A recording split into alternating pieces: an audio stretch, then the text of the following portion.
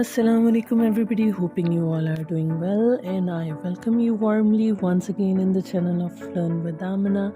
And today I have brought a different topic which is of very keen interest of the youth, especially those who are students and teachers who wants to learn how to write a narrative writing. So what I'm going to teach you today is how to write a narration. First of all, if you don't know what is a narration, you should know it first. Now, let me clear it to you. Basically, a narrative recount is a sequence of events which offers the readers clear details, and typically it delivers a compelling message.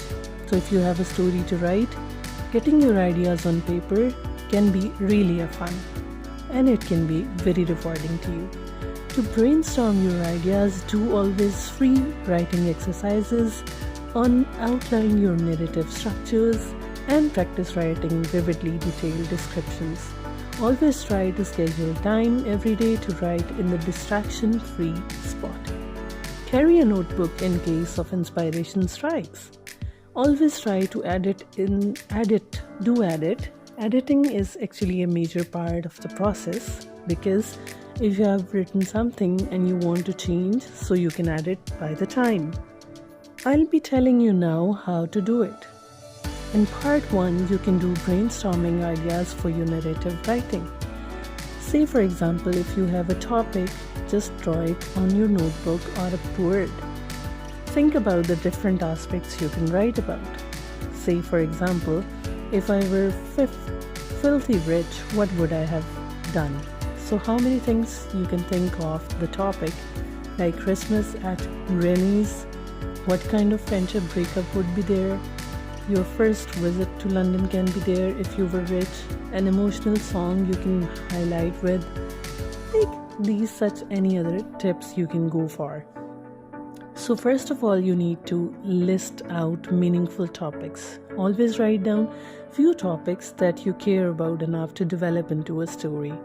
Think of your own experiences from the past and try to write them. The seed your narrative doesn't necessarily have to be a major life event. So even simple, overlooked experiences, just as cooking or meal or something like that, chance which can be encountered, can be picked up for writing. So number 2, I can say that you should write freely for at least 15 minutes a day if you want to be a good writer of narrative writing.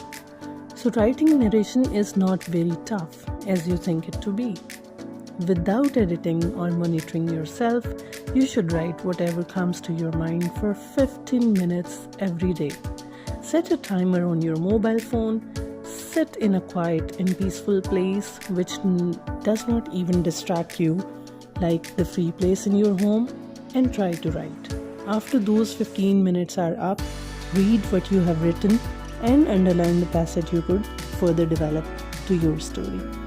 Don't worry if you use a lot of material. Free writing is just an exercise for you, so you probably not be going to produce an incredible story right at that very moment. Some people also find it helpful to chat with a friend on a certain topic or an idea. If you have a thought, you have to develop it and bounce the ideas and then creatively write them out. Number 3 you can do is practice writing descriptions with as much as detail possible for you. Take in the world around using all your senses, means the 5 senses. Observe a nearby object and try to write about it as vivid as you can. Describe its color, its shape, the way it looks like, the light strikes it, how it smells, what is the texture, and the feelings it conjures within you. Always think about how to conjure up a clear and vivid image of the things in the mind of the readers. So, what is a vivid description?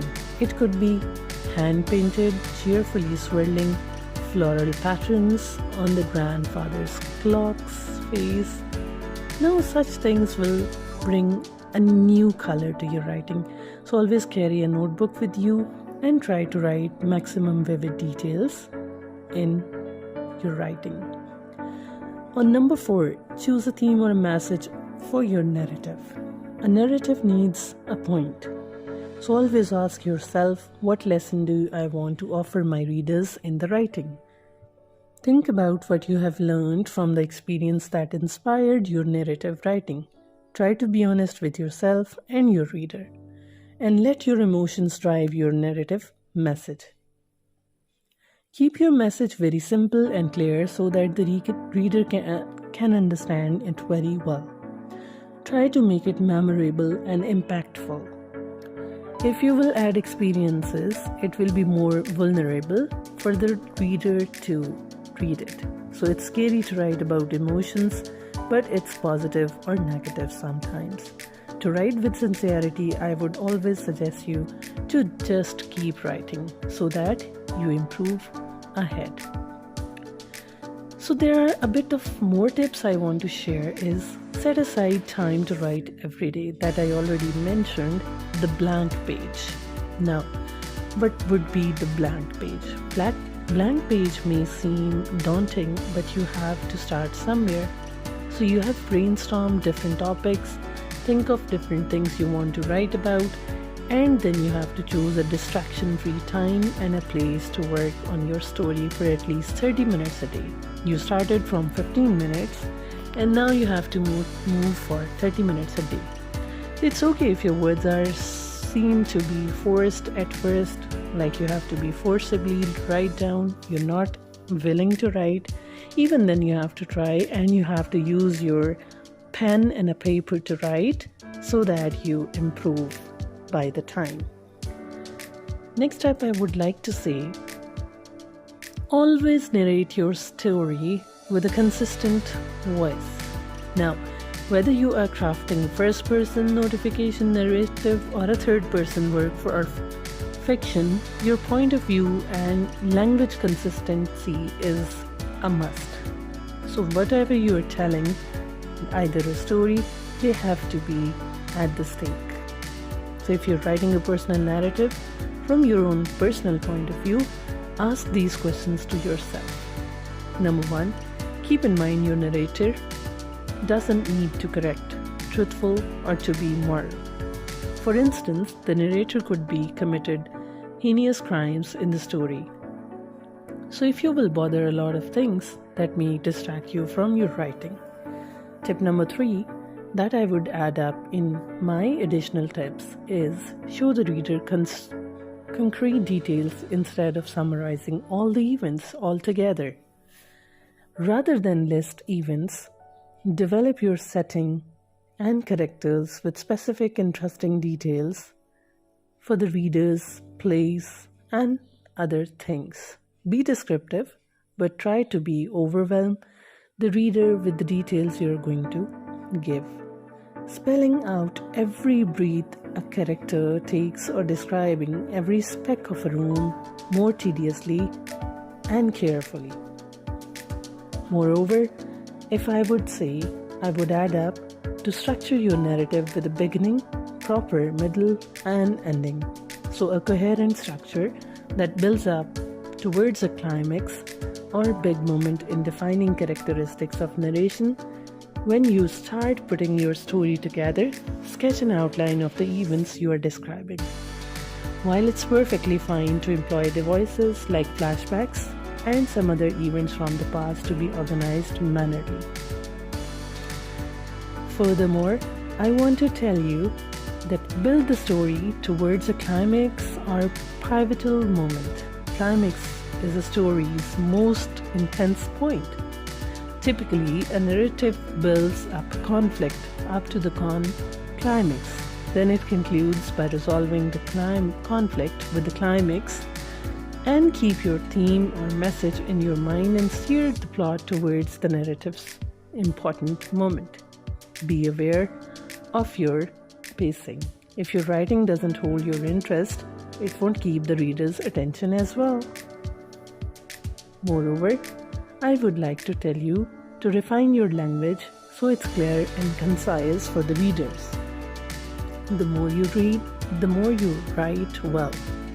Always try to write common language which is accessible for every reader out there.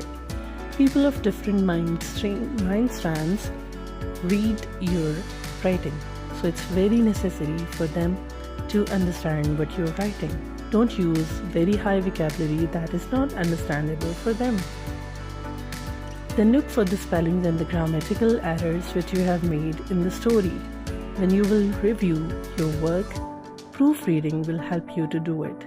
Check your grammar carefully, recounting your events, checking your verb tenses, and the vocabulary you have used. Say for instance, you have written your narrative in the past tense. Watch out the places where the narrator has flipped into the present. So keeping in mind, character can think of speaking different tenses, but in narration you use usually the past tense. Make sure your sentences and paragraphs are in a proper flow. Watch out for choppy or disorganized sentences. Always try that all the sentences and paragraphs are in a proper manner and they are well organized. If they do not make sense with each other, that has no good impact of writing well. Lastly, I would like to tell you that get feedback from your peers or your mentors or somebody at home.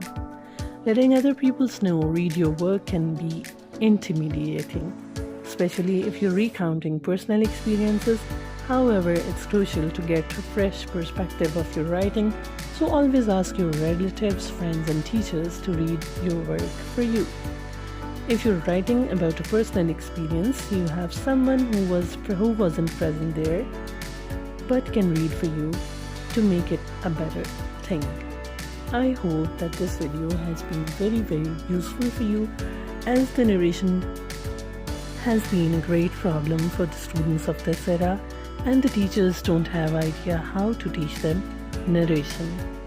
So I hope that some of the tips are going to be really, really useful for you, and you will be getting a lot of benefit after you implement all these things in your next writing. Till my next video, I'll be bringing up something unique for you.